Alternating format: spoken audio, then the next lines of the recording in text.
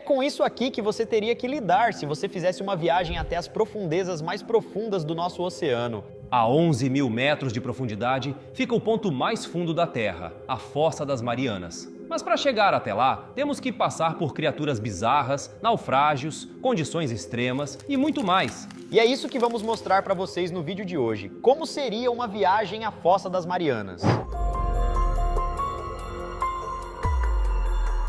A gente começa a nossa viagem aqui em cima mesmo, na superfície do oceano. A camada superficial é chamada de zona epipelágica. Varia até 200 metros de profundidade. Há muita luz e calor nessa camada. A maioria das atividades humanas, como lazer, pesca e transporte marítimo, acontece aqui.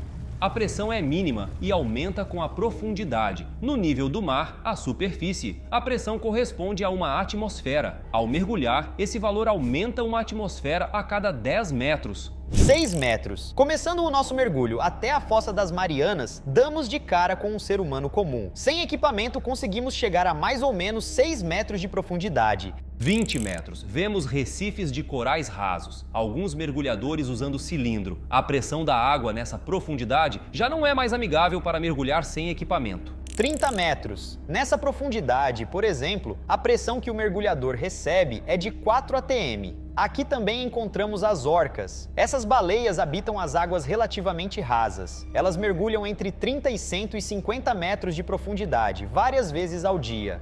40 metros. Aqui nos despedimos das pessoas que mergulham recreativamente com cilindro. 40 metros é a profundidade máxima permitida para um mergulho seguro. 70 metros. Nos deparamos com um tubarão-baleia, o maior peixe do mundo. Nome científico é Rhincodon-typus. O maior já registrado tinha 18,8 metros de comprimento e pesava por volta das 30 toneladas. Vivem em águas tropicais na zona epipelágica, porém podem descer a uma profundidade de 1.700 metros, onde os termômetros caem para cerca de 7,8 graus. 100 metros. Essa profundidade pode ser mortal para os seres humanos. É neste ponto que começa a síndrome de descompressão. Mesmo assim, existem mergulhadores livres que podem passar dessa marca sem equipamento. Aqui encontramos o mergulhador neozelandês William Trubridge. Em dezembro de 2010, ele quebrou o recorde de mergulho livre sem auxílio de equipamentos. Chegou a 100 metros de profundidade depois de uma única inalação de ar. 150 metros. Nessa profundidade, apenas 1% da luz da superfície nos alcança, todo o resto é absorvido pela água. Aqui poderíamos dar de cara com o super iate submarino Nautilus. Foi desenvolvido pela empresa holandesa U-Boat Works.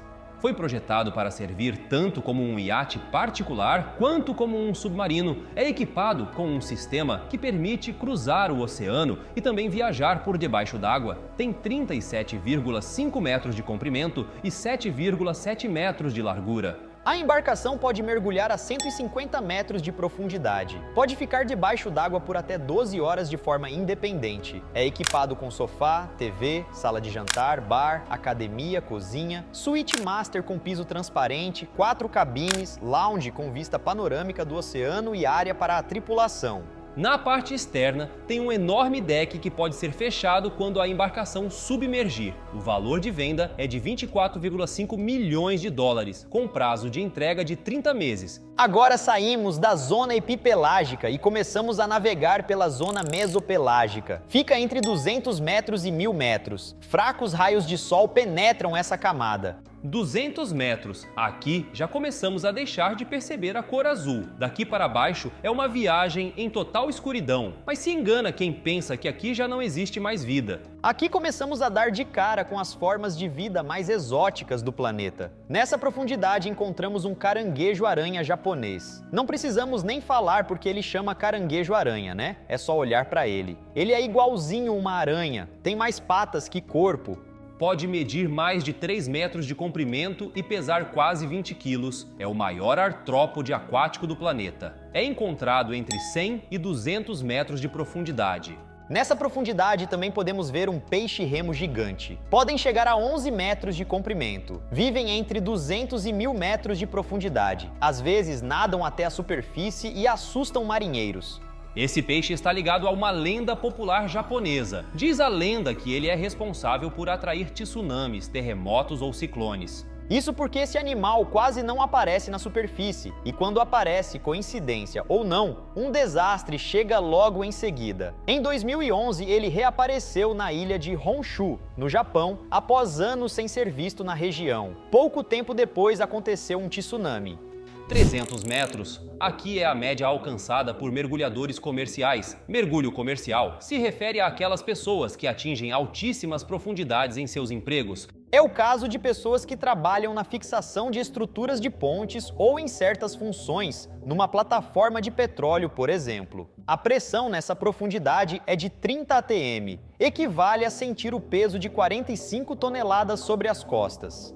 Um pouquinho mais profundo, chegamos no recorde oficial de mergulho mais profundo. O mergulhador egípcio Ahmed Gamal Gabr alcançou 332,35 metros de profundidade. Foram 15 minutos para descer e cerca de 13 horas para retornar à superfície. 480 metros.